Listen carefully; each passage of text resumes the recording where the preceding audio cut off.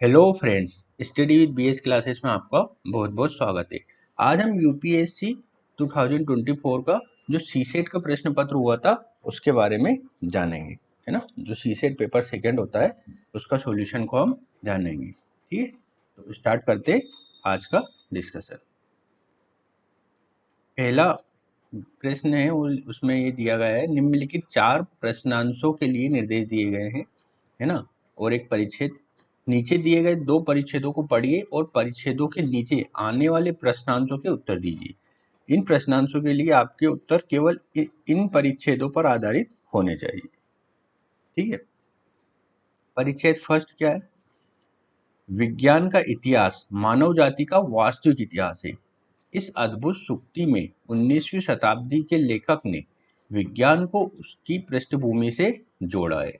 अधिकतर सूक्तियों की तरह इसकी शक्ति विषमता के द्वारा सत्य के एक पहलू पर बल देने में निहित है, जिसे सुगमता से अनदेखा किया जा सकता है। इस मामले में विज्ञान और मानव जाति के मध्य संबंधों को अनदेखा करना और विज्ञान को किसी ऐसे अमूर्त अन्य पक्ष के रूप में मान लेना सहज लगता है, जिसकी कभी-कभी उसके लाभकारी प्रभावों के लिए प्रशंसा की जा सकती है, किंतु युद्ध की विभीषिका के लिए बारंबार और सुविधा अनुसार दोषारोपित किया जाता है। विज्ञान और मानव जाति को समय समय पर मनुष्यों की सुविधा अनुसार पृथक नहीं किया जा सकता है। तथापि हमने देखा है कि सुधार के असंख्य अवसरों के बावजूद सभ्यता के वर्तमान काल के आरंभिक वर्षों में अंतर्राष्ट्रीय संघर्ष हावी रहा है। क्या यह विज्ञान की प्रगति का अपरिहार्य परिणाम है या त्रुटि कहीं और है? ये पूरा परिच्छेद एक था। प्रश्न क्या है इसमें? परिच्छेद के लेखक द्वारा निम्नलिखित में से किसे या किन्हें प्रभावपूर्ण तरीके से संप्रेषित किया गया है? पहला है, विज्ञान के बिना मानव जाति आज तक अस्तित्व में नहीं रह सकती थी। तो ये जो परिच्छेद के द्वारा ये स्पष्ट रूप से संप्रेषित नहीं किया जा सकता, तो ये गलत है। दूसरा, ये विज्ञान ही है जो अंततः मानव जाति की नियति को निर्धारित करेगा, है ना। ये ज्यादा बल दे दिया इस पे, विज्ञान ही है, तो इसलिए ये भी प्रभावपूर्ण तरीके से संप्रेषित नहीं करता है ना। नीचे दिए गए कूट का प्रयोग कर सही उत्तर का चयन कीजिए। तो इनमें से सही कौन सा हो जाएगा? ऑप्शन डी, ना तो एक ना दो, है ना। Option D is correct. Next आता है हमारा सेकंड नंबर क्वेश्चन। उपर्युक्त परिच्छेद के आधार पर निम्नलिखित पूर्व धारणाएं बनाई गई है ना। आज हम पूर्व धारणाएं क्या है? आधुनिक जीवन की विविक्षिकाएं विज्ञान की प्रगति का अपरिहार्य परिणाम है। तो ये अपरिहार्य परिणाम नहीं है, है ना। इसके आधार पर ये ऐसा नहीं निकलता है, तो ये गलत हो जाएगा। दूसरा, सत्य के जिस पहलू को अनदेखा किया जा सकता है वो ये है कि विज्ञान वही है जिसे मनुष्य ने बनाया है। तो ये कथन सही है। इसका आंसर हो जाएगा केवल दो। उपयुक्त तो पूर्ण धारणा में से कौन सी पूर्व धारणा सही है? तो केवल दो वाली पूर्ण धारणा सही है। नेक्स्ट परिच्छेद आता हमारा परिच्छेद 2। केवल दीर्घ अनुभव से और ऐसे कई समुद्र तटों पर जहां उसकी भाषा नहीं बोली जाती, वहां अपने सौदा को पसार कर भेजने से व्यापारी जान पाएगा कि उसके पास जो संग्रह है उसका मूल्य क्या है और उसकी पसंद में क्या स्थानीय है और क्या सार्वभौमिक है। न्याय, प्रेम और सम्मान, शिष्टाचार जैसे कोमल पदार्थ और वास्तव में वे सभी चीजें जिन्हें हम जानते हैं सभी जगह मान्य हैं, किंतु वे विविध रूप से गढ़ी जाती हैं और प्रायः अलग तरह से व्यवहार में लाई जाती है। और यदि उनसे आपका सामना विदेशी भूमि पर होता है तो कभी-कभी लगभग पहचानी नहीं जाती है। और मूलभूत सामान्य मूल्यों को सीखने की कला संभवतः यात्रा का सबसे बड़ा लाभ है उन लोगों के लिए जो अपने साथियों के बीच सहजता से रहने की इच्छा रखते हैं। ठीक है, ये पूरा परिचय था। अब इसका प्रश्न देखते हैं। यात्रा करते समय हम अन्य लोगों से मिलते हैं तो हम किनके बीच अंतर सीख पाते हैं? कल्पना और समझ, ये गलत है। इसमें परिच्छेद के हिसाब से जैसे नहीं है। समुदाय और राष्ट्रीयता, ये भी इसमें नहीं दिया है। स्थानीय मूल्य और सार्वजनिक मूल्य, है ना। देखो मूलभूत सामान्य मूल्य यहाँ दिए हैं ना, तो ये इसका सही आंसर होगा।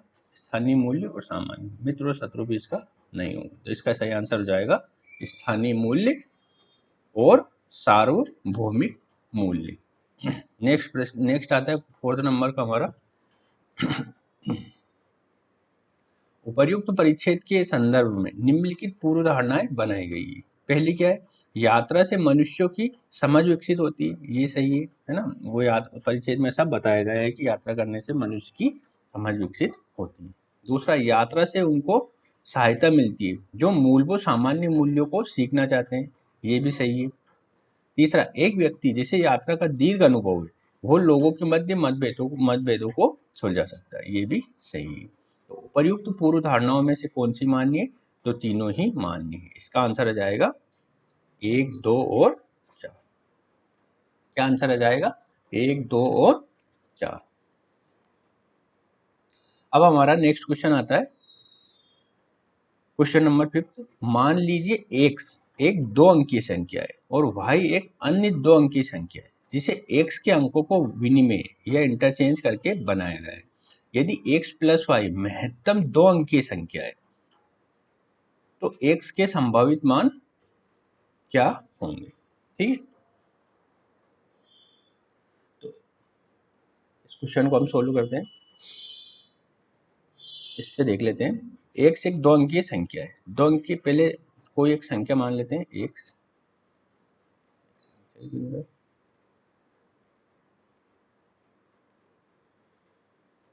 उसी पे कर देते हैं x है ना, x इजिकल टू मान लेते हैं 10x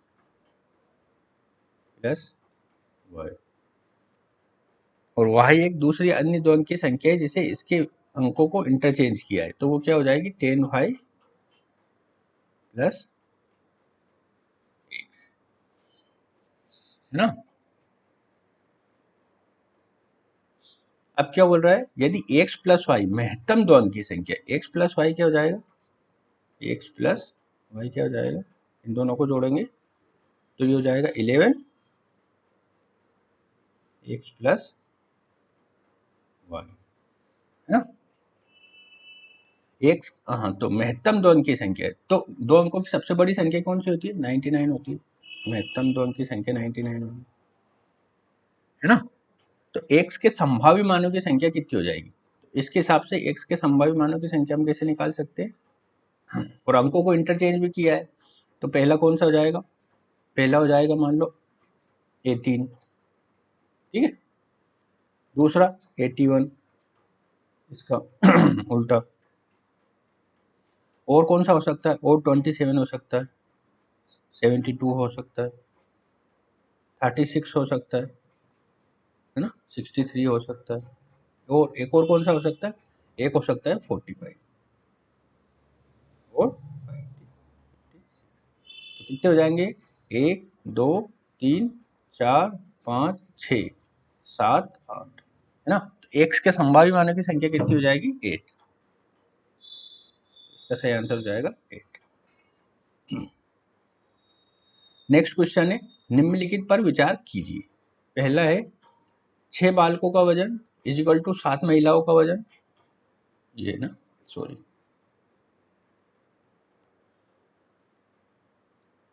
मेरे जगह कौन सा ये है ना। निम्नलिखित पर विचार कीजिए, 6 बालकों का वजन इज इक्वल टू 7 बालिकाओं का वजन, है ना। 3 पुरुषों का वजन इज इक्वल टू 4 महिलाओं का वजन।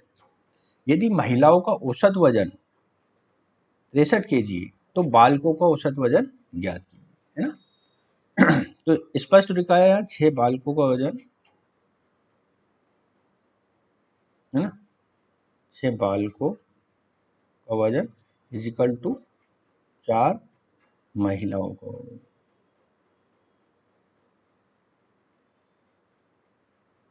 4 महिलाओं का वजन। तो इसमें अपन रेशियो निकाल लेते हैं किस किस के बीच में, बालक और महिलाओं के बीच में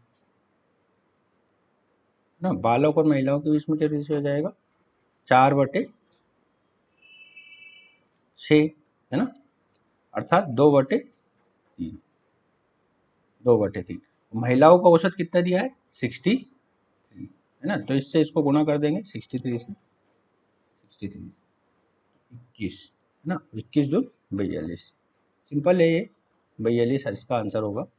तो बालकों का औसत वजन कितना निकलेगा 40, 20 का सही आंसर हो जाएगा। नेक्स्ट आएगा हमारा क्वेश्चन,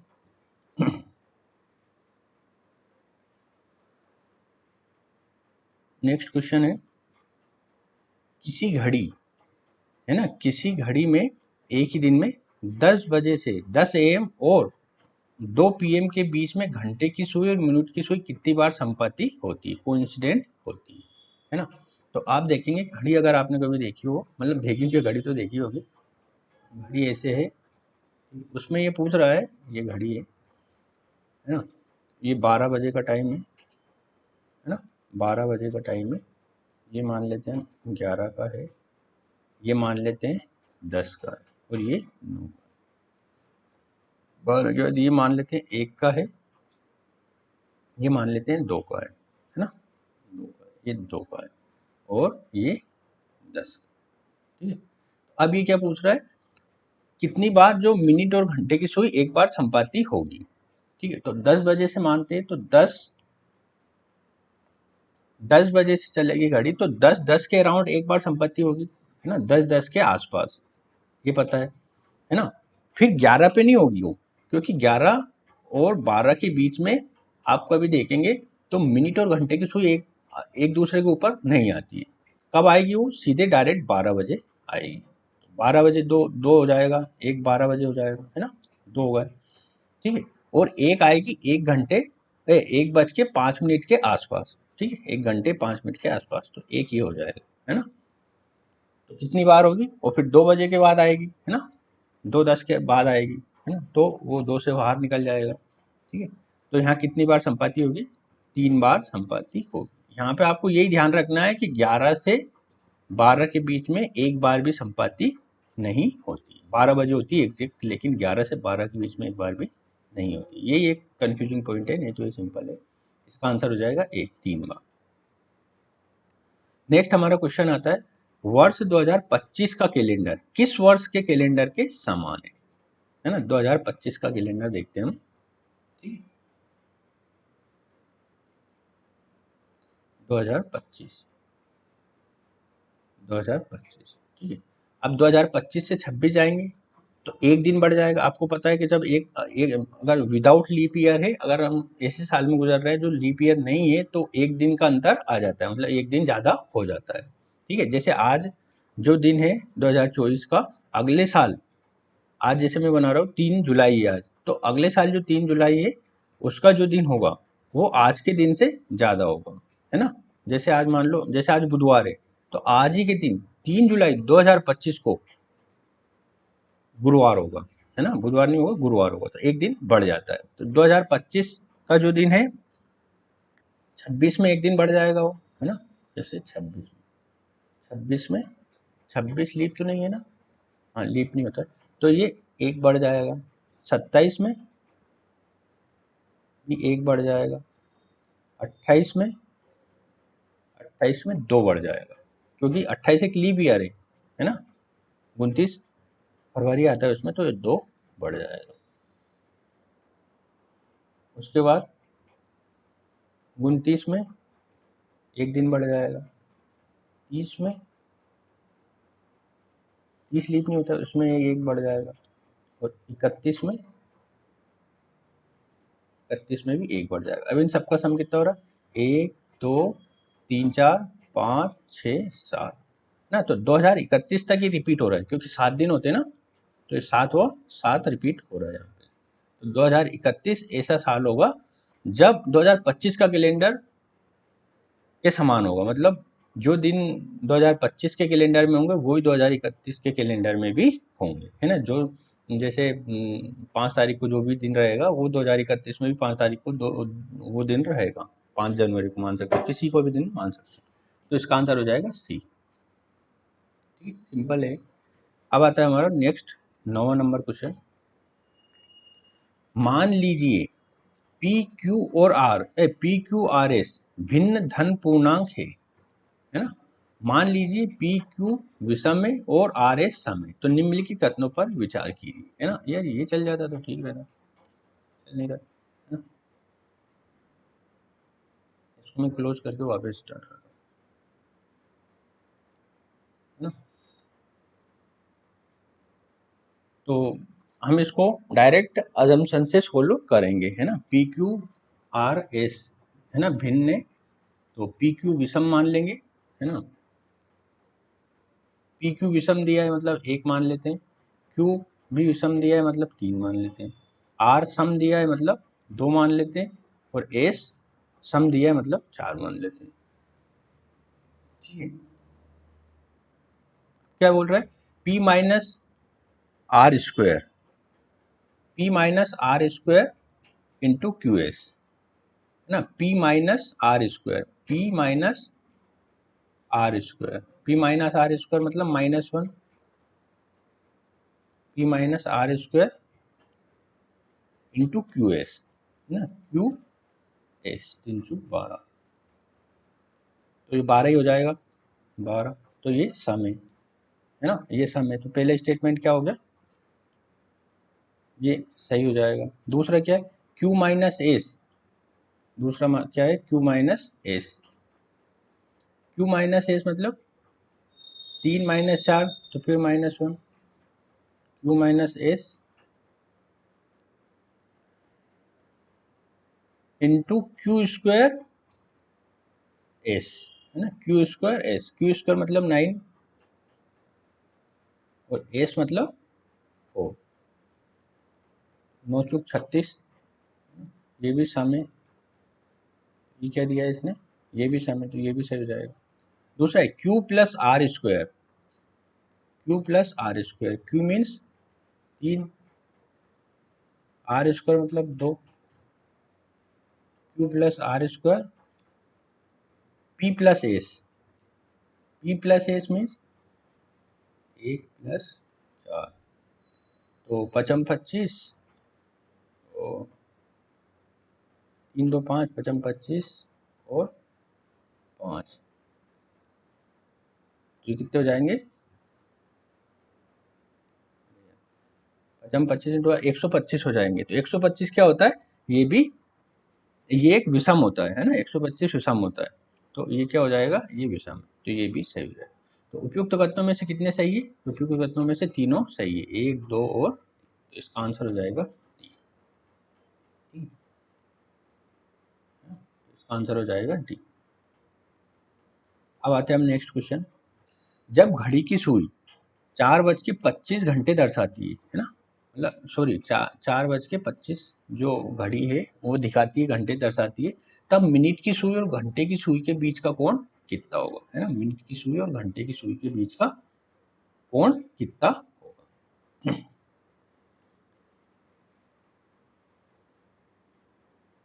ठीक है, तो मैं आपको थोड़ा सा इसमें समझा देता हूँ। मान लो कि ये घड़ी है ना, ये ऐसे लिखा है ना? अब ये यहाँ पे मान लो कि 3 है, मान लो कि 3 और 6 होता है यहाँ पे, ये 4 ये 5, ठीक है। अब कितना पूछ रहा है, 4:25 पे, है ना, तो 4:25 तो यहाँ कहीं, है ना, यहाँ कहीं पे वो पूछ रहा है, इस किसके बीच में, मिनट की सुई और घंटे की सुई के बीच के कोण का बारे में वो पूछ रहा है।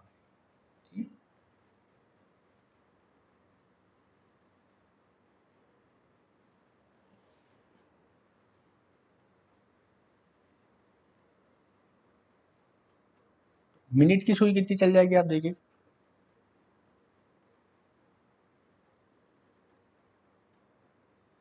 मिनट की सुई चल जाएगी 25 पूछ रहा है ना, मिनट की सुई चल जाएगी 120 प्लस 12.5 डिग्री, तो कितना हो जाएगा 132 ठीक है। सॉरी, ये कितनी है, ये घंटे की सुई है, मिनट की नहीं, घंटे की सुई है। और मिनट की सुई कितनी चल जाएगी इस टाइम पे, मिनट की सुई चल जाएगी 150। ठीक है। अब इन दोनों के कोण, बीच के कोण कोण निकालना है, तो इस घंटे में से मिनट को माइनस कर देंगे,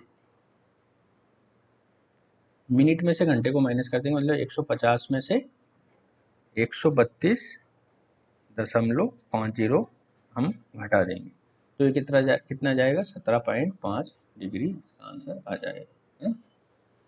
सिंपल सा है, मतलब मिनट 4:25 तक कितनी डिग्री घूम जाएगी, 150 डिग्री घूम जाएगी। और घंटा कितना घूम जाएगा, घंटे वाली सुई 132.5 घूम जाएगी। ठीक है। अब इन दोनों के बीच का कोण निकालना है, तो इससे इसको माइनस कर देंगे, तो हमारा आंसर आ जाएगा 17.5। ठीक है।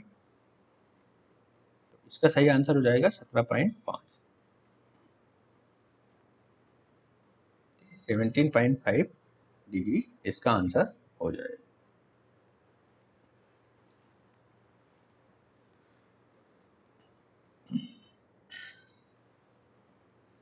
अब हमारा नेक्स्ट क्वेश्चन है, नेक्स्ट क्वेश्चन क्या है,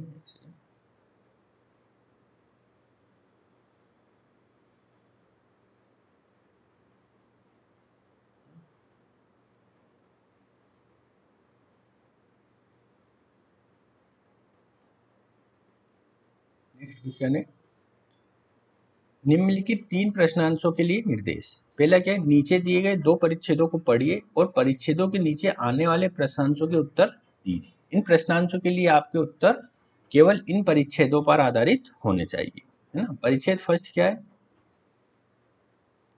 जब तक बच्चे 8वीं कक्षा में पहुंचते हैं, उनमें से अधिकांश 13 वर्ष से 15 वर्ष की आयु सीमा में होते हैं, किंतु हमारे देश में 8वीं कक्षा के सभी बच्चों के लगभग 1/4 को सरल पाठ पढ़ने में कठिनाई होती है और आधे से अधिक बच्चे भाग या विभाजन जैसी मूलभूत अंकगणितीय संक्रियाएं अरिथमेटिक ऑपरेशन तथापि नहीं कर पाते। प्रारंभिक स्कूल से प्रत्येक वर्ष लगभग 25 मिलियन युवा लड़के और लड़कियां उस जीवन में प्रवेश करते हैं जो अनिवार्य स्कूली शिक्षा के बाद उनके लिए है।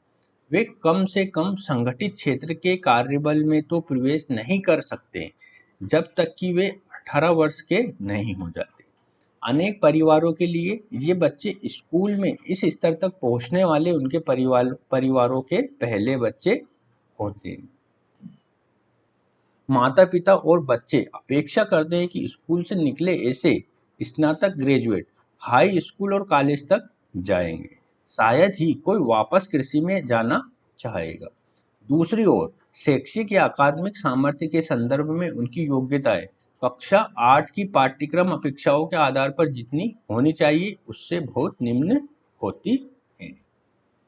तो उपर्युक्त परिच्छेद के आधार पर निम्नलिखित पूर्व धारणाएं बनाई गई। पहले क्या है, प्रभावी स्कूल शिक्षा के लिए सरकारों की तुलना में माता पिता की भूमिका अधिक होती है। तो ये जो परिच्छेद दिए गए इस आधार पर इसको पूर्व धारणा नहीं माना जा सकता, तो ये गलत हो जाएगा। दूसरा, ऐसा स्कूली पाठ्यक्रम जो आज की अपेक्षाओं के अनुरूप हो और पूरे देश के लिए एक समान हो, प्रकट की गई समस्याओं का समाधान कर सकता है। तो उपयुक्त परिच्छेद के आधार पर ये अवधारणा भी स्पष्ट रूप से नहीं बनाई जा सकती। तो उपयुक्त पूर्व धारणा में से कौन सी पूर्व धारणा मान्य होगी, तो इसका आंसर हो जाएगा डी, है ना, ना तो 1 ना 2। ठीक है, ना तो 1 ना 2। अगला कौन सा है, निम्नलिखित में से कौन सा कथन इस परिच्छेद द्वारा संप्रेषित केंद्रीय भाव को सर्वोत्तम रूप से दर्शाता है। पहला क्या है, देश में गरीबी के संपूर्ण उन्मूलन से हमारी स्कूली बच्चों के न्यून प्रदर्शन की समस्या का समाधान हो जाएगा, है ना। तो ये स्पष्ट रूप से इसको कोई नहीं दर्शा पा रहा है। दूसरा, माता पिता और शिक्षकों को मौद्रिक प्रोत्साहन देना बच्चों के शैक्षणिक प्रदर्शन में सुधार लाने की एक रणनीति है। ये भी इसमें स्पष्ट रूप से ऐसा कुछ नहीं बताया गया है, तो ये भी इसका सर्वोत्तम रूप से केंद्रीय विचार नहीं है। तीसरा, सार्वजनिक नीति से ये सुनिश्चित होना चाहिए कि युवा जनों की सामर्थ्य और उपलब्धियां उनकी अपेक्षाओं के अनुरूप हो, है ना। तो ये इसको स्पष्ट रूप से बता रहा है। इसको हम डिटेल में पढ़ेंगे तो ऐसा इसमें निष्कर्ष रूप से निकाला जा सकता है। तो इसका आंसर सही होगा, है ना। चौथा, जब तक कुछ स्कूल बच्चे कृषि में वापस नहीं किएंगे तो भारत जनसंख्या के लाभांश का लाभ नहीं उठा पाएगा। तो ये सब इसमें स्पष्ट रूप से नहीं कहा गया, तो इसका आंसर हो जाएगा सी। नेक्स्ट क्वेश्चन है हमारा परिच्छेद 2। अब हम ये मान लेते हैं कि विज्ञान का एक सामाजिक उत्तरदायित्व है। ये विचार न्यूटन या गैलीलियो के मन में नहीं आया होगा। उन्होंने विज्ञान को जगत के एक विवरण के रूप में माना जैसा कि ये है। उन्होंने जिस एकमात्र उत्तरदायित्व को स्वीकार किया वो था सत्य को प्रकट करना। यह विचार आधुनिक है कि विज्ञान एक सामाजिक उद्यम है और यह औद्योगिक क्रांति से प्रारंभ होता है। हम आश्चर्यचकित हैं कि हम सामाजिक बोध को और अतीत में नहीं खोज सकते हैं, क्योंकि हम ये भ्रम पालते हैं कि औद्योगिक क्रांति ने एक स्वर्ण युग का अंत कर दिया। निम्नलिखित में से कौन सा कथन विज्ञान के विषय में लेखक की सोच को सर्वोत्तम रूप से दर्शाता है? पहला है, विज्ञान को वैज्ञानिकों की प्रतिबद्धता को अवश्य महत्व देना चाहिए, है ना। तो ये जो परिच्छेद है उसके आधार पर ऐसा लेखक के दृष्टिकोण नहीं दर्शाता है। दूसरा, विज्ञान सभ्य समाज का एक उत्पाद है और लोगों में वैज्ञानिक ज्ञान के संवर्धन के लिए इसका अवश्य उपयोग किया जाना चाहिए। तो ये भी सर्वोत्तम रूप से नहीं दर्शा रहा है। तीसरा, क्रांति में हुई प्रगतियों के द्वारा ही औद्योगिक क्रांति संभव हो पाई, तो ये भी इसमें स्पष्ट रूप से नहीं बताया गया है। चौथा है, विज्ञान को सत्य का अनुसरण करना चाहिए किंतु सामाजिक कल्याण के लिए भी उत्तरदायी होना चाहिए। तो ये जो चौथा विकल्प है ये इसको स्पष्ट रूप से जो उसके दृष्टिकोण को बताता है। ठीक है, अब आता है हमारा 14 नंबर क्वेश्चन। अनुक्रम ये अनुक्रम दिया है पर विचार कीजिए जो एक निश्चित पैटर्न का अनुसरण करता है। निम्नलिखित में से कौन सा इस अनुक्रम को पूरा करता है? ठीक है, ये अनुक्रम दिया है तो हम एक सीधा सा इसमें देखते हैं, जितनी भी संख्याएं दी है इनको काउंट कर लेते हैं। सबसे पहले ए कितनी बार दिया है? 1 2 नहीं, 1 2 3 बार दिया है। बी कितनी बार दिया है? 1 2 3 4 5 बार दिया है। सी कितनी बार दिया है? 1 2 3 4 बार दिया है। और डी कितनी बार दिया है? 1 2 3 4 बार दिया है ना, 4 बार दिया। और पूरी संख्या कितनी है ये भी काउंट कर लेते हैं। 1 2 3 4 5 6 7 8 9 10 11 12 13 14 15 16 17 18 19 20, है ना। टोटल कितनी दी है? 20 दी है ना। और ए बी सी डी तो प्रत्येक 5 बार आएगी, तो बी तो इसमें अब आएगा नहीं। ठीक है, तो जो जहाँ बी भी है उसको काट दो। बी ये इसमें नहीं आए, ये विकल्प नहीं हो सकता। 20 में ये विकल्प नहीं हो सकता। ठीक है, अब अपने पास दो ही बचे हैं, या तो ये रहेगा या ये रहेगा। सी और डी में से एक होगा। अब हम अगली पैटर्न को फाइंड करने की पता करते हैं। ए डैश बी सी डी, है ना। तो ए को अगर 5-5 के पेयर बनाते, मान लो 5-5 के, है ना। उसके बाद ये 1 2 3 4 5 का पेयर बनाते, ये 5 का पेयर बनाते, 1 2 3 4 5, ये 5 का पेयर बनाते। अब देखो 5-5 के पेयर में अगर आप देखोगे तो A B C D A B C D A B C D A B C D A B C D A B C D तो सभी में आ रहा है, ये आपको ध्यान रखना है। अब देखो ए के बाद अगर हम यहाँ ए लिखते हैं तो ए बी सी डी आ जाएगा। ए लिखते हैं मान लो, क्योंकि दोनों में ए तो लिखना ही पड़ेगा क्योंकि दोनों में ए दिया है। मान लो कि यहाँ ए लिख दिया ए, तो ए बी सी डी। ठीक है, अब यहाँ पे भी ए आएगा क्योंकि दोनों में ये ए लिखा हुआ, ठीक है। अभी हम ए लिख देते हैं, ठीक है। इसको अलग लिखो क्या मैं, चलो ठीक है इसे।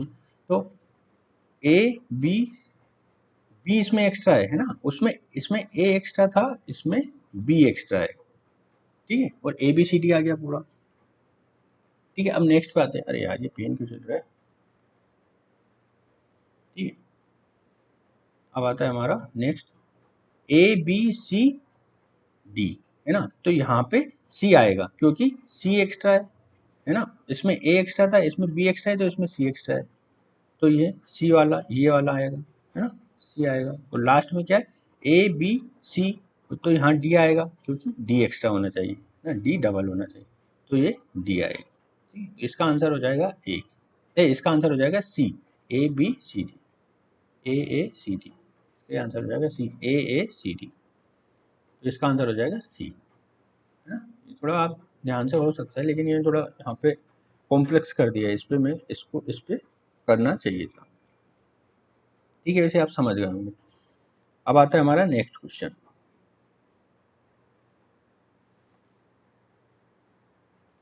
है ना। नेक्स्ट क्वेश्चन क्या है, दो व्यक्ति पी और क्यू एक व्यवसाय प्रारंभ करते हैं, ठीक है। क्या करते हैं, एक व्यवसाय प्रारंभ करते हैं।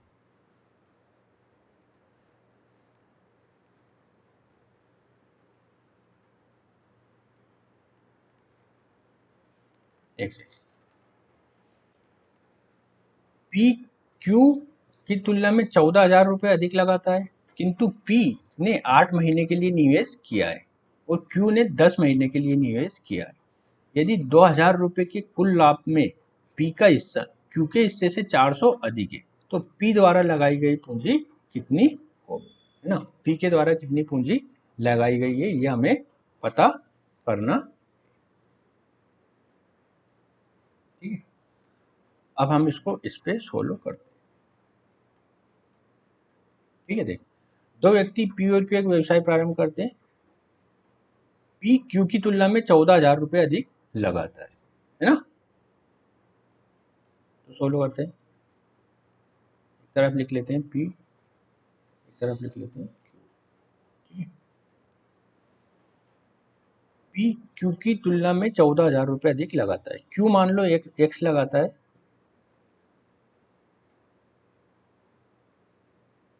तो ये एक्स प्लस 14,000 लगाएगा, है ना। क्वेश्चन यही बोल रहा ना, तुलना में 14,000 लगाता है, किंतु पी ने 8 महीने के लिए निवेश किया है और इसने 10 महीने के लिए। पी ने 8 के लिए किया है, 8 का गुना हो जाएगा, 8 महीने के लिए किया है, और इसने 10 महीने के लिए किया है, ठीक है। 10 महीने, यदि 2,000 रुपये के कुल लाभ में पी का हिस्सा क्यू के हिस्से से 400 अधिक है ना। अब लाभ कितना हो रहा है टोटल, इनको लाभ हो रहा है 2,000 रुपये का, 2,000 रुपये का। प्रश्न क्या बोल रहा है, पी का हिस्सा क्यू के हिस्से से 400 अधिक है ना। तो पी का हिस्सा 400 अधिक है, मतलब मान सकते हैं हम 1200, 1200 और ये 800, सिंपल सा है ना। 400 अधिक बोल रहे हैं ना, तो 2,000 में से ही लाभ शेयरिंग हो जाएगा इनका, ठीक है। अब नेक्स्ट क्या है, तो पी द्वारा लगाई गई पूंजी कितनी है ना। तो पी द्वारा लगाई गई पूंजी इसने पूछी, तो लाभ का डिविजन भी निकाल देते हैं हम, 1200 बटे 800, है ना। तो ये कितना आ जाएगा रेशियो इसका, 2 जीरो से 2 जीरो बढ़ गए, 3/2 में इसमें इन्होंने क्या किया है, अपना लाभ शेयर किया है ना, लाभ शेयर किया है। तो इसको सिंपल सा है, इसमें कर देते हैं पी वाई, ये क्या पी वाई क्यू दिया ना, तो आ जाएगा ये, यहाँ पे कर देता हूँ 8x, है ना, 8x, ये वाला कर रहा हूँ मैं 8x, है ना, 14 इंटू 14,000 इंटू 8, ठीक है, डिवाइड बाई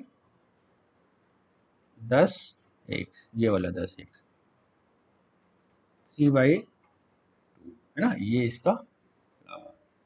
ठीक, अब इसको हम सोल्व कर लेते हैं, तो ये हो जाएगा 5x हो जाएगा, है ना, 8x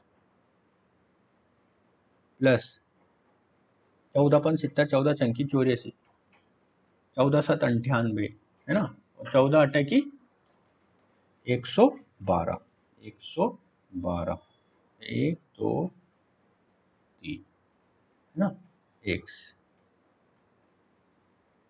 और ये कितना हो जाएगा, इधर जाएगा तो पंतिया 15 x, सॉरी, ये x नहीं आएगा यहाँ, ये 15x, ठीक है। अब इसको इधर ले जाएंगे तो 7 हो जाएगा, मीन्स 1 1 2 1 2 3, इससे हम 7 को डिवाइड करेंगे ना, 7 से इसको डिवाइड करेंगे तो हमारी x की वैल्यू आ जाएगी, है ना। तो ये कितना हो जाएगा, 7 एकम 7 बचे 4, 7 छंग 42, है ना, तो ये हो जाएगा 16,000, x की वैल्यू कितनी हो जाएगी, 16,000। अब प्रश्न क्या पूछा है, प्रश्न में पूछा है तो P द्वारा लगाई गई पूंजी कितनी है ना, P द्वारा लगाई गई पूंजी कितनी हो जाएगी,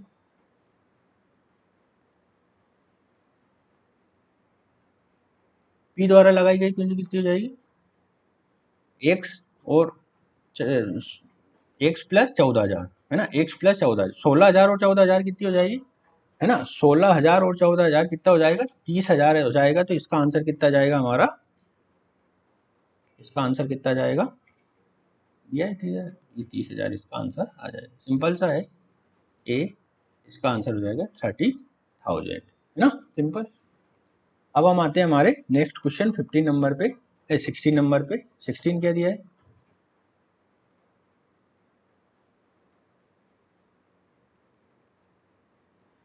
P का वेतन Q के वेतन से 20% कम है, जो R के वेतन से 20% कम है, तो R का वेतन P के वेतन से कितने प्रतिशत अधिक है ना, ये निकालना है हमें। 60 नंबर क्वेश्चन पर आते हैं, ये थोड़ा मिटा देता हूँ, क्या है, P का वेतन Q के वेतन से 20% कम है, जो R के वेतन से 20% है, ठीक है। तो यहाँ पे हम निकाल लेते हैं R का वेतन, R का वेतन कितना रख लेते हैं, R का वेतन मान लेते हैं 1 से, R का वेतन यहाँ पे मान लिया हमने 1 से, R के वेतन से कम है। अब Q के वेतन, P का वेतन Q के वेतन से 20% है ना, तो Q का वेतन कितना देख लेते हैं, 20% कम है, तो Q का कितना हो जाएगा, 20% कम हो जाएगा, मतलब 80/100 Q का हो जाएगा। P का क्या बोल रहा है, P का भी ऐसे बोल रहा है वो, P का क्या बता रहा है, P का वेतन Q के वेतन से 20% कम है ना, तो ये भी 20% कम है, 80/100 Q के वेतन से, Q का वेतन कितना है, 80/100, ठीक है। अब प्रश्न क्या है, तो R का वेतन P के वेतन से कितने प्रतिशत अधिक है ना, R और P, है ना, R और P कितने प्रतिशत अधिक है, ठीक है।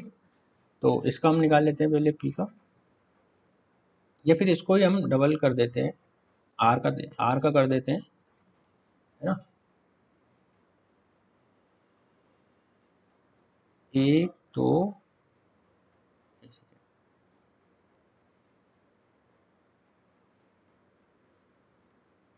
R का ये x, ठीक है, माइनस R माइनस हम P निकाल लेते हैं, 8 80 इंटू 80, और में 1 2 3, ये, ठीक है, तो ये हो जाएगा 10,000 माइनस 8 अटे 64 अपॉन में 10,000 एक्स, ठीक है। ये हो जाएगा 3600 बटे 1 2 3, इसको भी हम काट सकते हैं 2 जीरो से, 36/100 हो जाएगा। अब क्या पूछ रहा है, कितने प्रतिशत अधिक है ना। आर का वेतन पी के वेतन से कितने प्रतिशत अधिक है ना। तो छोटी संख्या से हम डिवाइड कर देंगे, छोटी संख्या से डिवाइड कर देंगे। छोटी संख्या कितनी हो जाएगी, ये वाली, है ना।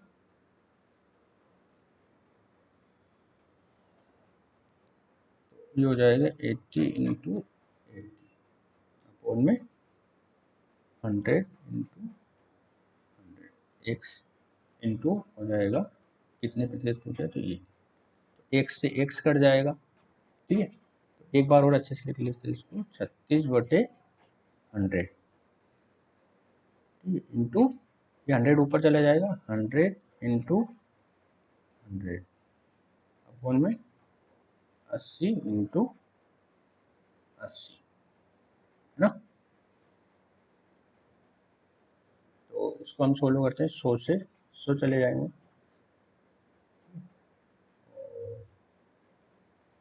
यहाँ पे भी 100 है ना, 100% है,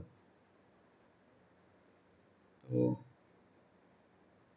36 1 2 3 4 अपॉन में 8 अटैया 64,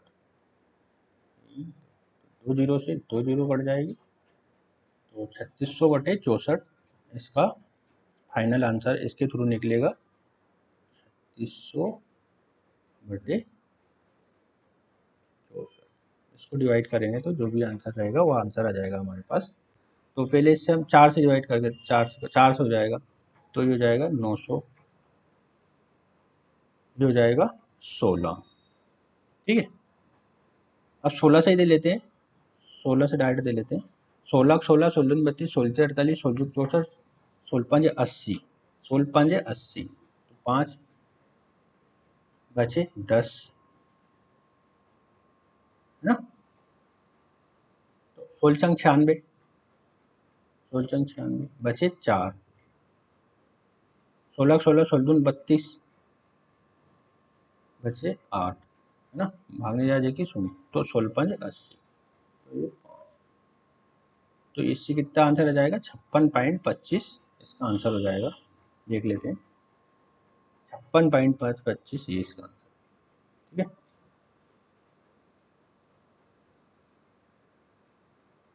ठीक है, 56.25 इसका आंसर हो जाएगा, ठीक है। अब हम 17 नंबर क्वेश्चन से अगले वाले वीडियो में इसको आगे सोल्व करेंगे। इसके पार्ट्स आएंगे, 3-4 पार्ट्स में मैं इसको सोल्व कर दूंगा पूरे पेपर को, ठीक है। तो अभी का वीडियो हम यही समाप्त करते हैं। वीडियो देखने के लिए बहुत बहुत धन्यवाद।